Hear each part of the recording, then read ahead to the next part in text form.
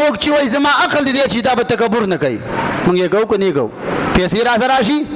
ویزل ګاډۍ را سره راشي کاټن جامې دي اغوستي په قلم کې دي زور دی وکیل او ډاکټر او منشي او انجینري تکبر کې که نه کې